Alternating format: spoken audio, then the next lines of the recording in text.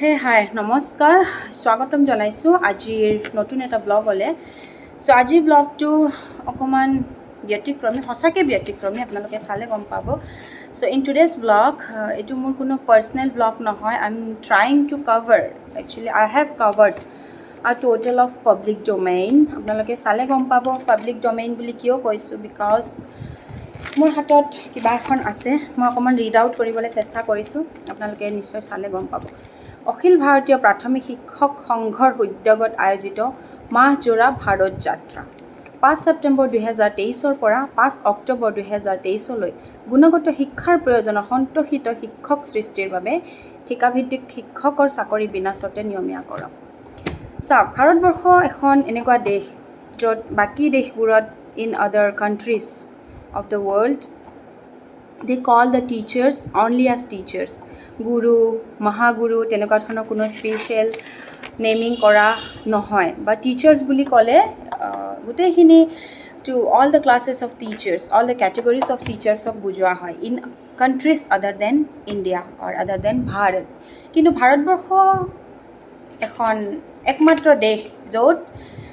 শিক্ষকক শিক্ষাগুৰু বুলি কোৱা হয় বা শিক্ষকসকলক শিক্ষাগুৰুৰ বা গুৰুৰ স্থান দিয়া হয় বুলি এটা বিশ্বাস কিন্তু গুৰু কেতিয়াবা কন্ট্ৰেকচুৱেল হ'ব পাৰে নে লাইক কন্ট্ৰেকচুৱেল টিচাৰ্স কন্ট্ৰেকচুৱেল গুৰু বুলি কি কৈছোঁ আপুনি গুৰু হয় কিন্তু কন্ট্ৰেকচুৱেল গুৰু সো বাকীখিনি জীৱন তেওঁ কি কৰিব লাইক নিৰ্দিষ্ট এটা সময়ৰ বাবে তেওঁ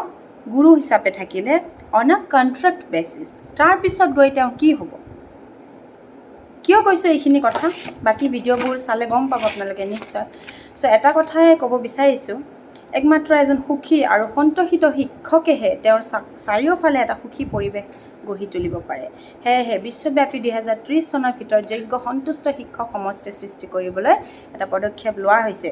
শিক্ষাত সুখকৰ পাঠ্যক্ৰম প্ৰস্তুত কৰাৰ কাম আৰম্ভ হৈছে অথচ আমাৰ দেশত শিক্ষকসকলক চিন্তাক্লিষ্ট বিষণ্ণ মনেৰে কাম কৰিবলৈ বাধ্য কৰা আছে কিয় কাৰণ শিক্ষকসকলৰ কোনো ভৱিষ্যত সুৰক্ষিত নহয় আজি আমি যেতিয়ালৈ ইয়াং এণ্ড এনাৰ্জেটিক হৈ আছোঁ till the age of 60 or the either age of 60 or 34 years of service whichever is earlier so আজিৰ তাৰিখত চাবলৈ গ'লে 60 years is too much এজন মানুহ 60 yearsলৈকে 60 বছৰলৈকে সক্ৰিয়ভাৱে যে কাম কৰি থাকিব পাৰিব সেইটো এটা বৰ ডাঙৰ কথা হৈ পৰিছে বাৰু যি কি নহওক 60 বছৰ টেনিয়ৰলৈকে যেতিয়া এজন মানুহে সাৰ্ভিস প্ৰভাইড কৰিব আই মাইসেলফ মই এতিয়া 28 হৈ আছোঁ বা 29 হৈ আছোঁ সো তাৰ পৰা আৰু মই নেক্সট 30 ইয়াৰ্ছলৈকে মই সাৰ্ভিস প্ৰভাইড কৰিব পাৰিম to the state to the nation to the people to my society so তাৰ পিছত মই বিকল হৈ পৰিম because my muscles my bones মোৰ বডি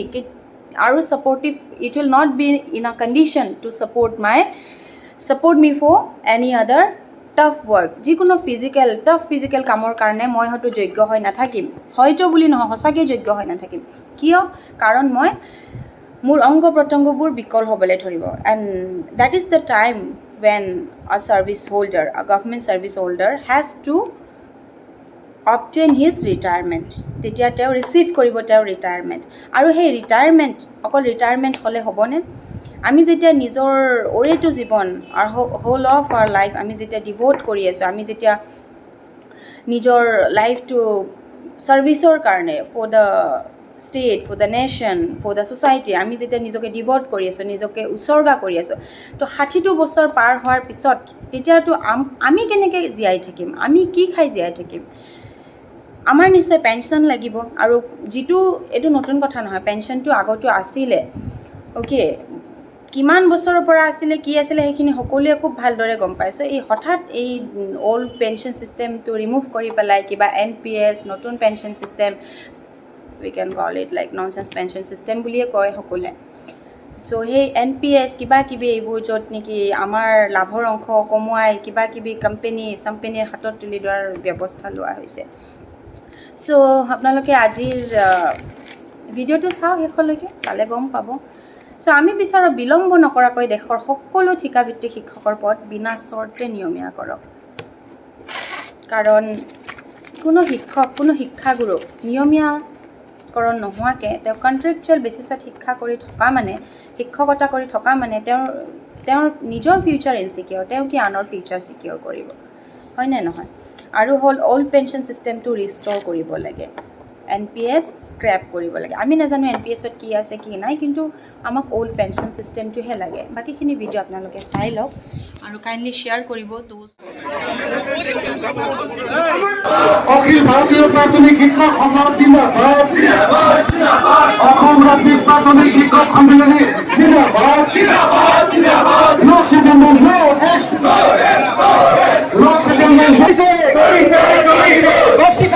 আন্দোলন চলিছে